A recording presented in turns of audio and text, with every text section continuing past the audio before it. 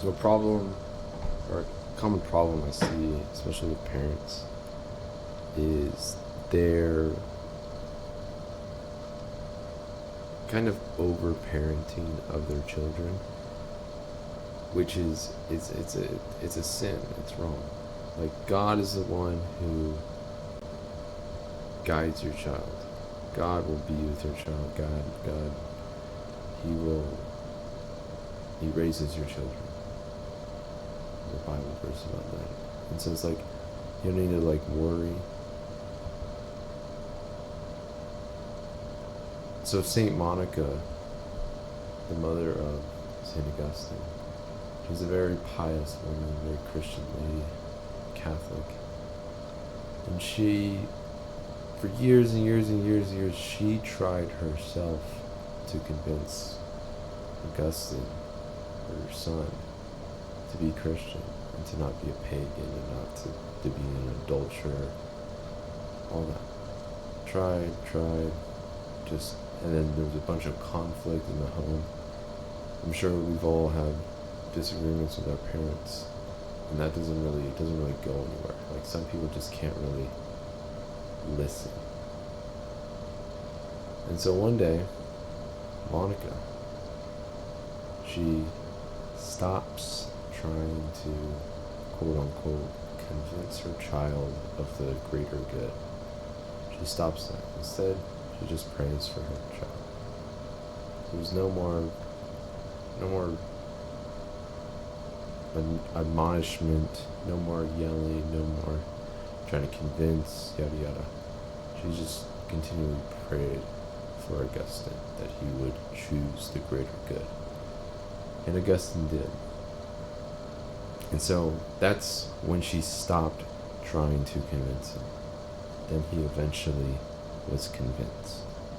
And so that's a powerful lesson, because oftentimes we place a burden upon ourselves and we think that we are going to do something, we are going to change. I'm going to change this person. I'm going to make this person do what's good.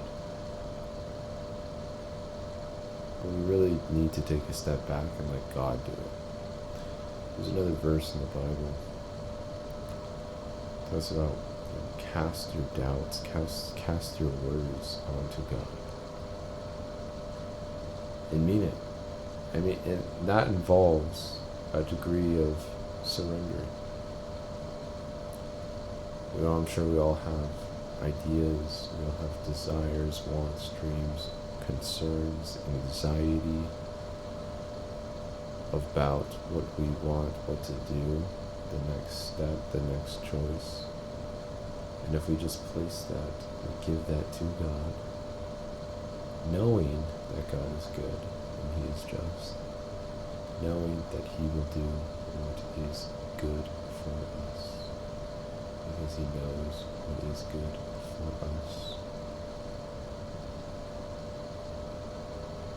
Just having that degree of faith, trust in God, that He will protect your children, be with your children, guide your children, and guide yourself really. It's like having trust. Like,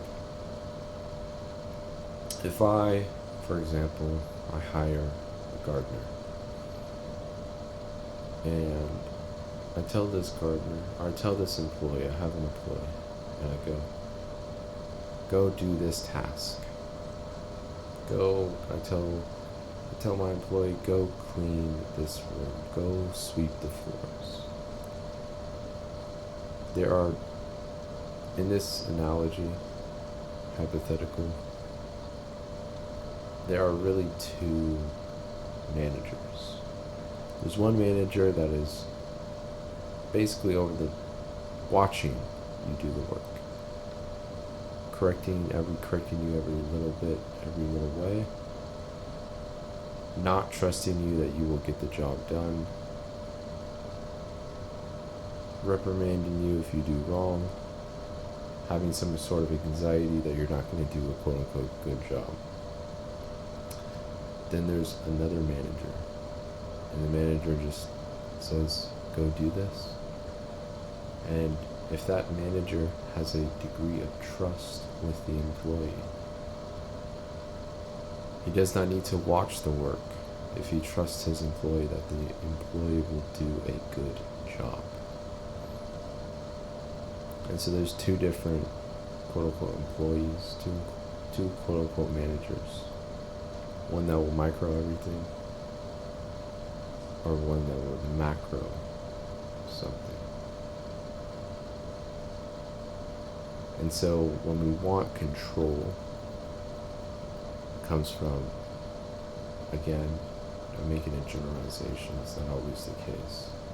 But it comes from a little bit of fear, a little bit of power. You want power over something or someone. And so be mindful of that. Know that you yourself are in good hands. Of course, if you believe in Jesus, you are even in better shape.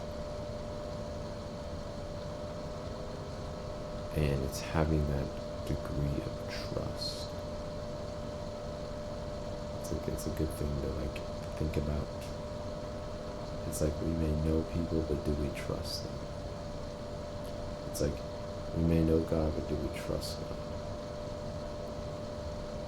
That's a big kind of idea.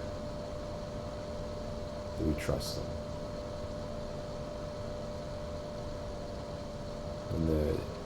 When there's a major storm outside, fires are closing in on your house, do you have quote unquote trust that you will be safe, that your house will be safe? Do you just sleep through it because it's nothing new and you know that you're safe? And even if your home is enveloped in flames, you will be safe. Or do you hastily get up and try to run away, try to fix it on your own?